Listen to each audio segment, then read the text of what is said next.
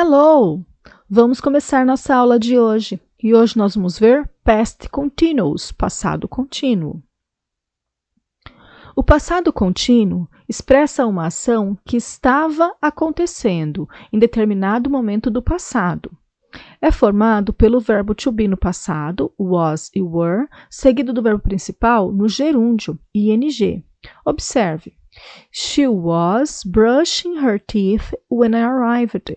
Ela estava escovando os dentes quando eu cheguei. She was brushing her teeth when I arrived.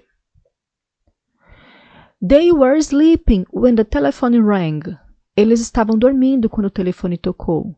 They were sleeping when the telephone rang. Lembre-se, o to be no passado. Duas formas, was e were. Para I, he, she, it, usamos was. Para you, we e they, usamos were. Veja como formar o gerúndio dos verbos em inglês. O gerúndio em inglês é quando o verbo termina em português a, ando, endo, indo, e em inglês, ing. De regra geral, acrescentamos ing à forma básica dos verbos. Por exemplo, work, trabalhar. Working, trabalhando. Play, playing, jogando. Sing, singing, cantando. Se o verbo terminar em e, nós tiramos o e do verbo para acrescentar ing. Por exemplo, live, living, morando.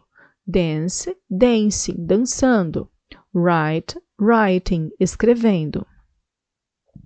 Se o verbo for um verbo curtinho e terminar na sequência consoante, vogal, consoante, nós vamos dobrar a última consoante, repetir a última consoante para acrescentar ing. Por exemplo, stop, termina em consoante, vogal, consoante. Então, nós vamos repetir a última consoante para colocar ing. Get, getting. Swim, swimming. Se o verbo terminar em ie, nós vamos tirar o ie do verbo para colocar y. Depois acrescentar ing. Por exemplo, die, dying, morrendo, com y, olha. Lie, lying, mentindo, com y. Agora vamos ver como formar as frases. Por exemplo, na forma afirmativa, nós usamos o verbo to be e o gerúndio. Por exemplo, the baby was sleeping when I arrived. O bebê estava dormindo quando eu cheguei. The baby was sleeping when I arrived. Forma interrogativa, o verbo to be antes do sujeito. Was the baby sleeping? O bebê estava dormindo? Was the baby sleeping? E na forma negativa, not depois do verbo to be. The baby was not sleeping when I arrived. O bebê não estava dormindo quando eu cheguei. The baby was not sleeping when I arrived. Ok? Assista a este vídeo mais de uma vez se for preciso. Study, estude. Do your best, faça o seu melhor.